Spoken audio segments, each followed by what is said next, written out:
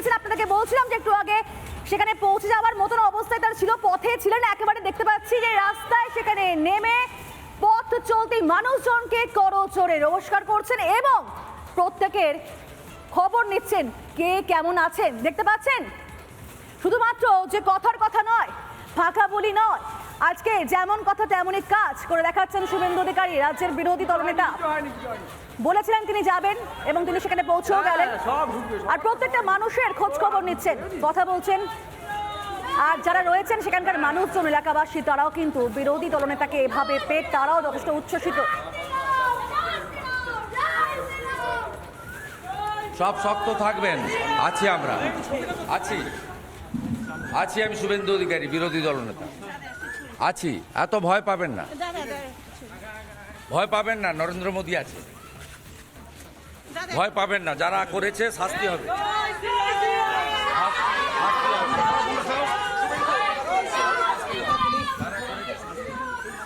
দেখতে পাচ্ছ যে রাজ্যের বিরোধী দলনেতা শুভেন্দু অধিকারী যারা মানুষজন রয়েছে তাদেরকে আশ্বস্ত করছেন। ছবি আঁকা দিয়েছে, শ্রীরামের আঁকা ছবি, সেই ছবি শুভেন্দু অধিকারীকে উপহার দিলেন। সেই ছবি দেখতে পাচ্ছ এবং তিনি যারা এখানকার পালপাড়ার যারা মানুষজন রয়েছেন তাদেরকে আশ্বস্ত করছেন শুভেন্দু অধিকারী।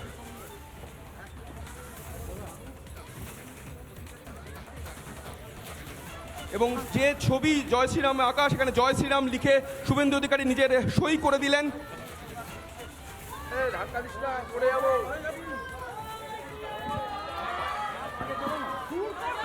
এবং বয়স্ক এক মহিলাকে তিনি প্রণাম করছেন এই মুহূর্তে, সেই ছবিও দেখতে পাচ্ছ। ভাই মোবাইলগুলো এগিয়ে আয় না, মোবাইলগুলো পিছিয়ে আয়, অন করা। এবং এই মুহূর্তে মোথাবাড়ির পালপাড়ায় শুভেন্দু অধিকারী, আমরা প্রথমেই তার সঙ্গে কথা বলার চেষ্টা করছিলাম, অবশ্যই তিনি আসতে পারলেন এবং মানুষের ভিড়, মানুষ আশ্বাস দিচ্ছেন এবং মানুষকে দেখে তিনি এবং জয় শ্রীরাম স্লোগান এই মুহূর্তে পালপাড়া জুড়ে। আমার ভিডিও জার্নালিস্ট দেবব্রত সেই ছবি দেখাচ্ছে। অর্থাৎ যে অশান্তির বাতাবরণ তৈরি হলো সেখান থেকে আবার জয় শ্রীরাম স্লোগান। এরা ভয় ছিল তো এতদিন, ভাই মোবাইল ধরা, ভয় ছিল। মোবাইল ধরা না, আমার কাছে তুই ঢুকছিস কেন?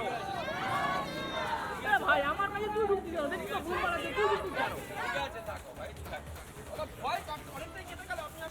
না না, তো আমি অনেকবার চেষ্টা করেছি, আমাকে পুলিশ অনুমতি দেয়নি, সেই কারণে আমাকে হাইকোর্টে যেতে হয়েছে। 3 বার আমি এসপিকে অ্যাপ্রোচ করেছিলাম,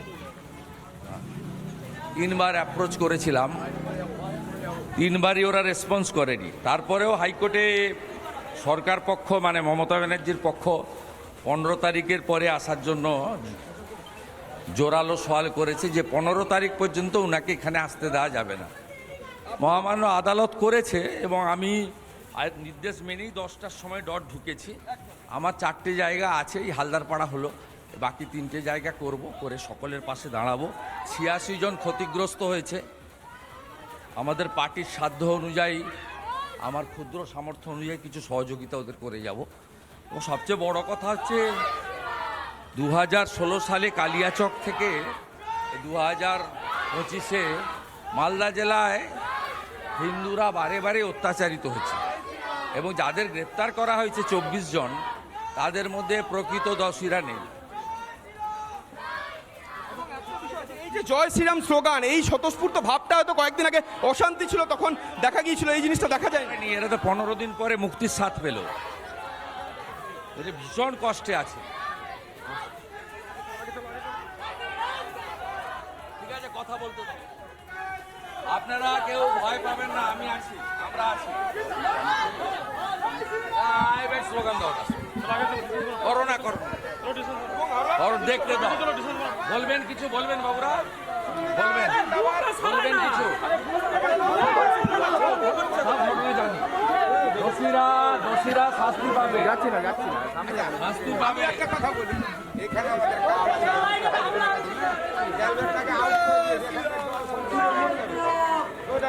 আমি দেখাবো, আমাকে কেউ জানাবেন, একটা ক্যালভেট ছিল, জল জানাবেন।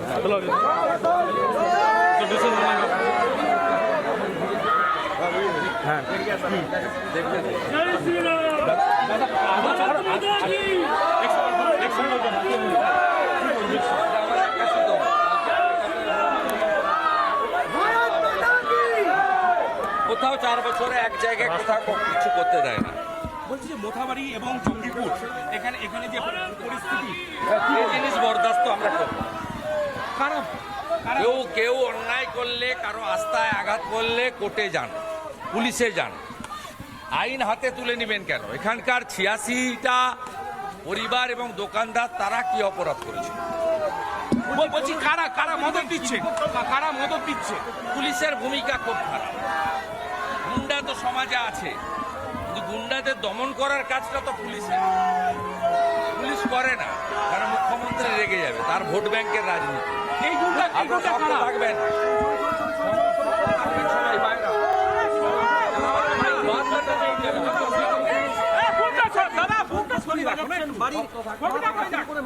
এবং এই মুহূর্তে যে ছবিটা দেখা যাচ্ছে যে শুভেন্দু অধিকারী বাড়ির মহিলাদের সঙ্গে তিনি কথা বলছেন এবং যে কথাটা যে দীর্ঘদিন ধরে এখানে হিন্দুরা অত্যাচারিত এবং তারপর এখানে তিনি এসেছেন এবং গত 15 দিন আগে রীতিমতো একটা বলা যেতে পারে যে অশান্তির পরিবেশ ছিল, সেই জায়গাটা থেকে আজ ফিরে এসে তিনি যখন রাস্তা দিয়ে আসছেন, গোটা রাস্তায় শুধু জয় শ্রীরাম স্লোগান এবং সেই ধ্বনি আমরা দেখতে পাই। এই মুহূর্তে একজনের বাড়িতে তিনি একা জয় শ্রীরাম।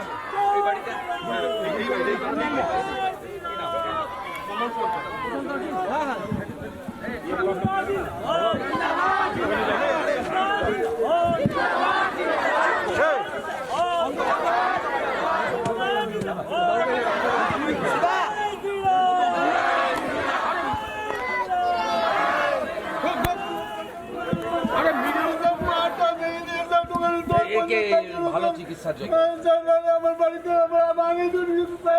আরে আমার পেটে গেল রাখুন, আমি সব দেখে নেবো, আমি সব দেখে নেবো। ফ্র্যাকচার হয়েছে তো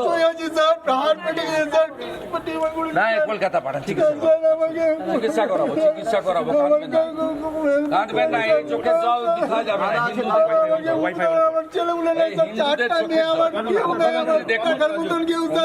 মুখ্যমন্ত্রী দেখুন আপনার বাংলায় হিন্দুরা কেমন, দেখুন মুখ্যমন্ত্রী আপনার বাংলার হিন্দুরা কেমন আছে দেখুন।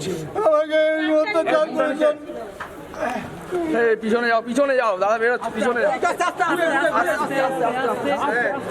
ঢুকে তারা তাণ্ডব করেছে স্যার দাদা।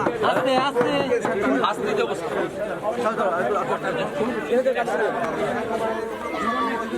नाम दिया हुआ है लेकिन फिर भी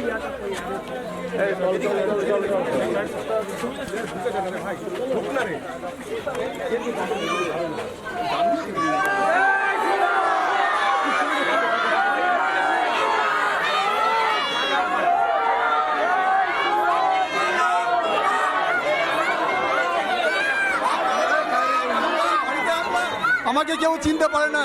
আমাকে এমন করেছে, 4টা মেয়ে, আমার ছেলেপুলে নাই, আমার উপরে হামলা, আমার দোকানে হামলা, আমার পরিবারকে সস্ত্র করে দিল সব।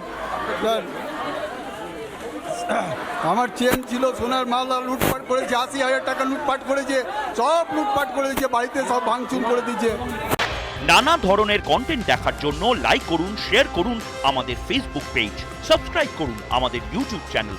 পাশাপাশি অন্যান্য ব্রেকিং নিউজের জন্য অবশ্যই চোখ রাখুন রিপাবলিক বাংলায়।